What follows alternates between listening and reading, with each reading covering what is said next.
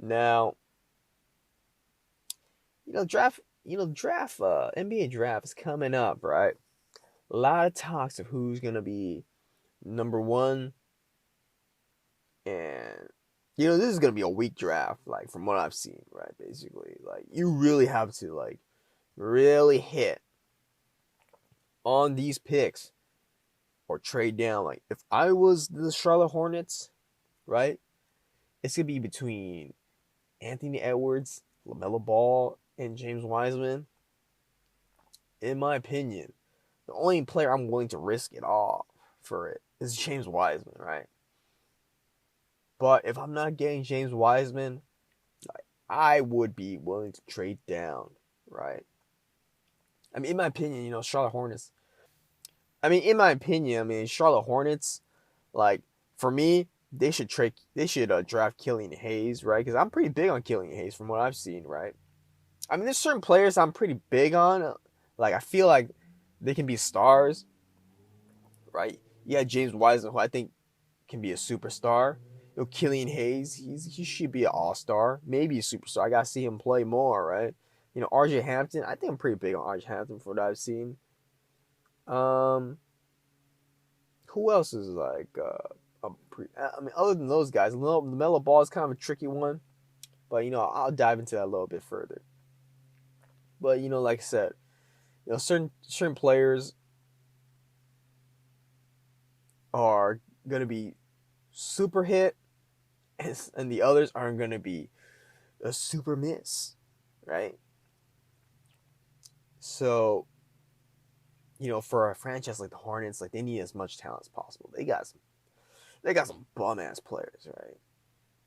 And then you got the Pistons. They got some, you know, trade for the Pistons. Like who knows? Like just try to accumulate as much things as possible. That's what I think. These teams should do. I mean, dude, what's that dude named Hinkie? Sam Hinkie? Like, dude, he did it right. He flipped and flipped and flipped and kept on to getting more talent and talent. I mean, Sam Hinkie's blackballed already from the NBA because he was losing money from the owners. He was so openly about it, like, oh, like we're gonna tank this season. We're gonna tank this season. We're gonna tank for like 5 seasons straight. And they got two franchise players. You know, there you go, right? He was right. Adam Silver's ass, banished him to the shadow realm, right? You never see Sam Hinkie in a front office ever again, unless a team is willing to give him the reins again. And yeah, I don't think that's gonna happen. I mean, maybe he should be an advisor, but we'll see what happens from there. But going back to the draft, right? The topic's always been Anthony Edwards, James Wiseman, and LaMelo Ball, right? Yeah, who knows how Anthony Edwards is gonna be like? I mean, this dude to me looks super inefficient as hell. Looks like a chucker. I mean, he might be Andrew Wiggins 2.0, right? I mean, dude who will never fulfill his potential. He'll give you 20, right? He'll give you 20, but he's not really a winning kind of player, right? Yeah, James Wiseman, who I think could be in the next, Chris Bosh kind of Anthony Davis kind of player, right? Or he's gonna, bust out and just be DeAndre Jordan, right? I mean, are you willing to draft a top 2 pick and end up being DeAndre Jordan? I mean, that's a waste of a pick, right? You're willing to risk it because you think this guy's gonna be the next franchise big, and that's what I think he is. He'll be the next franchise big, right? And then you have LaMelo Ball, right? LaMelo Ball, the interesting pick. There's so much hype around LaMelo Ball. To me, like I'm not even a believer. I just want to get it off the bat. I'm not a believer. I mean, just look at all the Ball brothers, right? Lonzo Ball, in my opinion, is the best out of all 3 of the Ball brothers, right? And Lonzo Ball has so much hype of him being the next Jason Kidd. Lonzo Ball is going to end up being the next Ricky Rubio, basically, where he's a great playmaker. He plays great to elite defense, which he does play elite defense, right? But he struggles from shooting and just offense overall, right? That's the issue with Ricky Rubio, right? If Ricky Rubio, like, he's shooting like 40% from like his field goal. Like, if Ricky Rubio boosted his field goal percentage up and his 3-point percentage up, like, he would be like a top 5, point guard basically, right? But he's not, because his offense is just undependable. Like, it's just undependable. So, can you really trust him? Right? You go Lonzo Ball, like, dude can't even hit a layup. Like, Lonzo Ball's shooting mechanics and just offensive mechanics are just off, just wonky as hell, right? Like, it's only in his fourth or third, it's your third or fourth season where, he's still rebuilding his mechanics, right? His mechanics look way better now.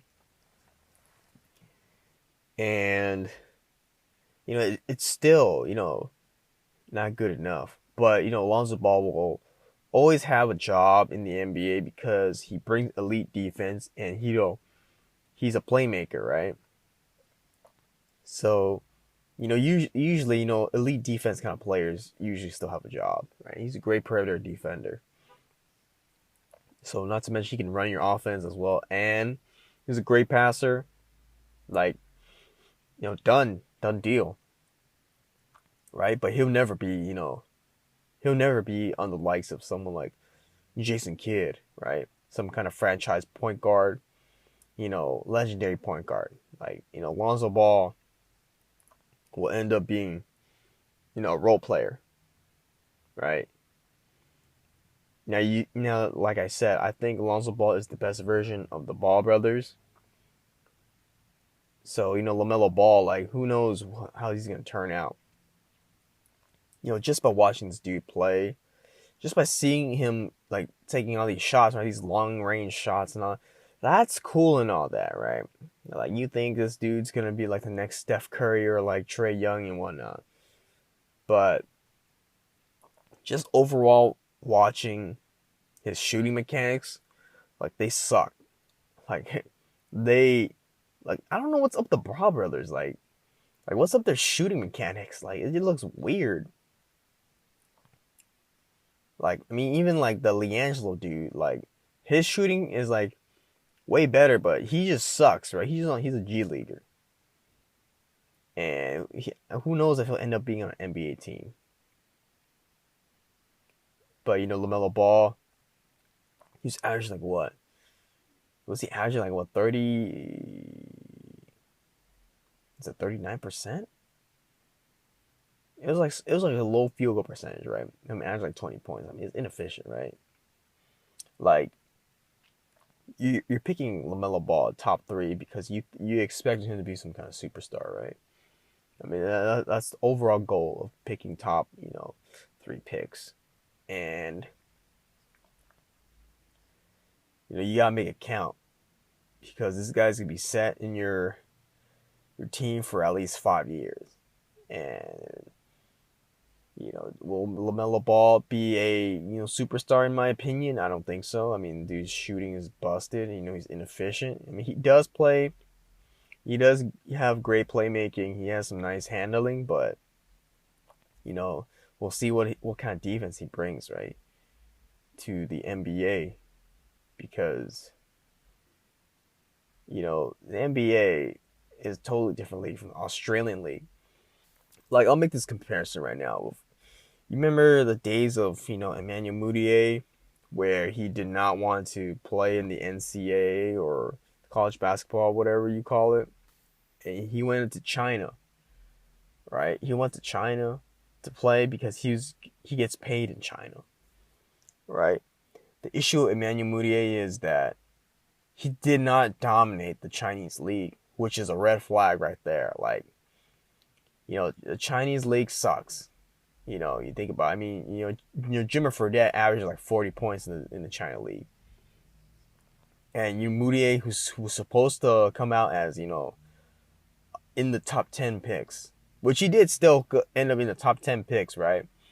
The Denver Nuggets drafted him, and he did not dominate the Chinese league whatsoever. So there's a big red flag there, but teams are still willing to give him a chance. Like, all right, maybe he's still learning and stuff, right? I mean, like, they just give him coming with excuses. Like, he still has that superstar potential of being, the next great point guard. Right? They're comparing Emmanuel Mudiay to Jason Kidd as well. And as you can see, Mudiay is like on Utah Jazz. He's been traded like multiple times already, right? So he's gonna be a role player in the NBA. So nothing wrong with that, right? You just gotta play your role. But Denver Nuggets, they ended up with Jokic as their point guard for the future instead of Mudiay, right? How ironic is that? And you gotta think to yourself real hard. Are you a believer in LaMelo Ball, in his potential? People want to say, oh, this dude averages 19, 9, and 9, right? Like almost a triple double. The only players that do that are LeBron James and like Magic Johnson or whatever, right? I mean, are you a believer in LaMelo Ball? Do you think LaMelo Ball is going to end up being, Tyreek Evans, right? He had one great season of 24, 5, and 5, and then disappears after that.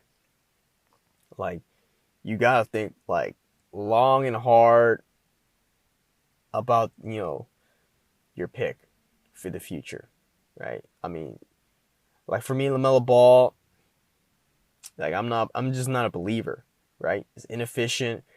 He didn't really dominate, like as what you would like, right? Compared to, other, draft picks of the past. And, you can say that, oh, LaMelo Ball's playing against men, like he was like a little boy playing. You can give him that, you can give him that, mulligan. But like I said, like just from watching him play, like, you gotta really think long and hard if you think LaMelo Ball is the future. Because there's no in between right now, basically, of LaMelo Ball from just yet, right? You don't know if this guy's gonna end up being the next, great point guard, or a bust, like his brother, basically. Lonzo Ball is a bust. Like, he's a role player. He was drafted to be a superstar and franchise player. He's a role player. The Lakers busted on him. And the only reason they got Anthony Davis is because Anthony Davis on Clutch Sports, right? LeBron James hamstrung, the Pelicans and Anthony Davis, and they got him for Brandon Ingram, who's the future, who's gonna be, all-star, multiple all-star player, a bust in Lonzo Ball, and a role player in Josh Hart, right? I mean, they got like stuff like that. Like, they basically just got straight up Brandon Ingram for Anthony Davis, right? That's how I see it. And you gotta think long and hard again if you're willing to put your future in on someone like LaMelo Ball, who, in my opinion, is the easily bust candidate for the future. Like this dude shooting half court for fun and stuff like that. I mean, this dude's like, he scored like 100 points in the high school game or something like that. But it's just basically his teammates feeding him. He was the only one shooting. So, like, I mean, dude, any player can do that. Like, if you're like really good, like every high school prospect can really do that. Basically, if you're basically better than everyone, right? If they feed you the entire game and you score 100, like, so what? Like, dude, I remember the hype about it. Like, these dudes score 100 points, and then if you really see it, they just fed him. Like, here you go, here you go, here you go. Every possession is gave to him. That's like no fun, right? Like I thought basketball's fun, and like you know, it's it's gonna be an issue. I mean, I think LaMelo Ball probably slips, right? I mean, maybe he's maybe he's tanking his value. Like who knows? Like the Knicks really want him. The Knicks want him because it's so far because one, he brings hype, he brings name value, right? And the Knicks are all about that. How should I say it? The about that home run star pick, right? I mean, dude, like the Porzingis picks, the Ntilikina picks, they're not really sexy picks, right? Kevin Knox, not really sexy picks, right? RJ Barrett, that's the sexy pick from Duke, and then you're gonna try to get LaMelo Ball as well, like dude, like there's that. So, like I said, I don't see the Warriors picking LaMelo Ball. I don't see the Wolves picking LaMelo Ball, and Michael Jordan, you better not pick LaMelo Ball, right? Because he is too he's just too risky of a pick to go all in on. So all in all, I'm just not a believer in LaMelo Ball.